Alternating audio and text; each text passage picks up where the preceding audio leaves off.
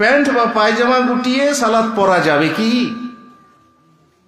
অনেক মানুষ মনে করে নামাজের ভিতরে প্যান্ট মানে গাঁটের নিচে গেলে নামাজ হবে না। ঠিক, একটা হাদিসে পরিষ্কার আছে, যার মানে একটা মানে হতে পারে তার নামাজই হবে না নামাজের ভিতরে। আর নামাজের বাইরে যদি প্যান্ট ঝুলিয়ে পড়া হয় তাহলে তারা মনে করে সমস্যা নেই, কারণ রাস্তায় যাব তো যদি কেউ দেখে তো বলি ছেলেটা হ্যাংলা।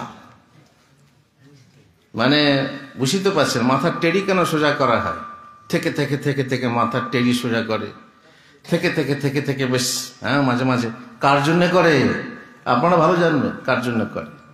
যদি আবার হ্যাংলা বলে দিয়ে বাইরে যখন চলাফেরা করে রাস্তা ঝেঁটিয়ে যায়। এই যে বাইরে চলার সময় গাঁটের নিচে কাপড় ঝুলিয়ে পড়া জায়েজ না না জায়েজ? দুটো হাদিস আছে, দুটো হাদিস আছে। একটাতে বলা হয়েছে যে ব্যক্তি অহংকারের সাথে গাঁটের নিচে কাপড় ঝুলিয়ে চলাফেরা করবে আল্লাহ তাআলা কিয়ামতের দিনে তাকিয়েই দেখবেন না। আল্লাহ তাআলা রাগান্বিত হবেন এবং তাকিয়েই দেখবেন না, তার গুনাহ মাফ করবেন না, তাকে পবিত্র করবেন না। তাহলে কি জান্নাতে যাবে না যাবে না? বুঝতেই তো পারছেন। আর একটা হাদিসে আছে মা তাহতাল আসফালা মিন কাবাইন, মা তাহতা আসফালা মিন কাবাইন মিনাস সাওব ফাফিন্না। গাঁটের নিচে যে কাপড় ঝোলাবে সেই কাপড়ে সেই অংশটুকু জাহান্নামে যাবে। আপনি যদি বলেন সমস্যা নেই, ওইটুকু অংশ যদি জাহান্নামে যায় তো সমস্যা নেই। কি মনে করেন জাহান্নামে সব থেকে ছোট আযাব কি? যে আগুনের একজোড়া জুতো, হালকা, সমস্যা নেই। হালকা যে জুতোর কথা বলা হয়েছে যদি পরিয়ে দেওয়া হয় কাউকে, তার তাপে মাথার মগজ পর্যন্ত টকবক করে ফুটবে। এই শাস্তি জাহান্নামে যদি কাউকে এইরকম হালকা শাস্তি দেওয়া হয়, আর আপনার যদি গাঁটের নিচের অংশ জাহান্নামে জ্বলে, আপনি যদি মনে করেন কোনো সমস্যা নেই, না আমি অহংকারের সাথে পড়ি না, অহংকারের সাথে না পড়লেও জাহান্নামে যাবে অংশটা। সুতরাং আমার একটা উপদেশ শুনুন ভাই, আপনার 2 পয়সা বাঁচবে আর আপনার নামাজও হবে আর আপনাকে জাহান্নামও যেতে হবে না। সেটা কি? যদি কোনো প্যান্ট পায়জামা কিনেন আপনার গাঁটের নিচে ঝোলে, কটা টাকা খরচ করে কি করে নেন, কেটে সেলাই করে নেন, বাড়তি সাবানও খরচ হবে না, আর আপনি এই সব সমস্যা থেকেও বেঁচে যাবেন। আমার উপদেশটা গ্রহণ করবেন ইনশাআল্লাহ। নামাজের মধ্যে প্যান্ট গুটিয়ে নামাজ পড়লে কিংবা হাত গুটিয়ে নামাজ পড়লে এটা হাদিসে নিষেধ আছে।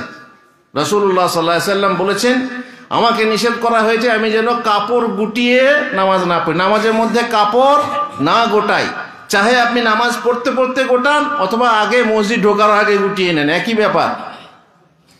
সুতরাং আপনার নিষেধ আছে, কাপড় গুটিয়ে নামাজ পড়তে নিষেধ আছে। আপনি আপনার প্যান্টটা গুটিয়ে নামাজ পড়বেন, সেটা বৈধ হবে না। যদিও আপনি নামাজি, খবরদার নামাজি হলে ভাই ভালো নামাজি হন। নামাজি প্যান্টওয়ালারা সমস্যা হচ্ছে আপনাদের মধ্যে, এখানে জানি না যারা পেছনে ছিলেন, সামনে সিজদা করার সময় কারো ওই শার্ট বা গেঞ্জি এবং প্যান্টের মাঝে 4 আঙ্গুল 3 আঙ্গুল কালো অংশ দেখেন, কালো বা সাদা অংশ দেখা যায়। এই অংশটা আপনার নাভির নিচে পড়ে না উপরে পড়ে? উপরে পড়ে? অসম্ভব, নাভির নিচে পড়ে। নামাজ বাতিল হবে না সহি হবে? নামাজ বাতিল। প্যান্ট যারা পরেন tight fit pant, tight fit পরা যাবে না, যাতে করে আপনার পাছার ওজন বোঝা যায়। মেয়েরাও পড়তে পারে না, ছেলেরাও না, টাইট ফিট পড়বে না যাতে ওজন বোঝা যায়। তুমি ঢিলে পড়ো, প্যান্ট পরো, ঢিলে পড়ো।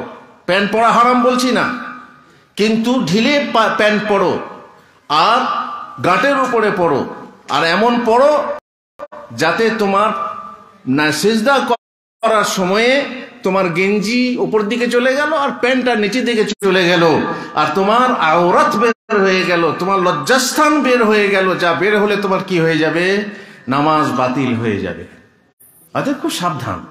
প্যান্ট ভালো করে যারা পড়বেন তারা ভালো নামাজি হন, কারণ ইন্না সালাতা তানহা আনিল ফাহশাই ওয়াল মুনকার। নামাজ ভালো কাজের আদেশ, নামাজ মন্দ কাজে বিরত রাখে, নামাজ পাপ কাজে বিরত রাখে। সুতরাং কই নাকি যে আপনি পাপ বোধ না করেন সেটা আলাদা ব্যাপার, বেশ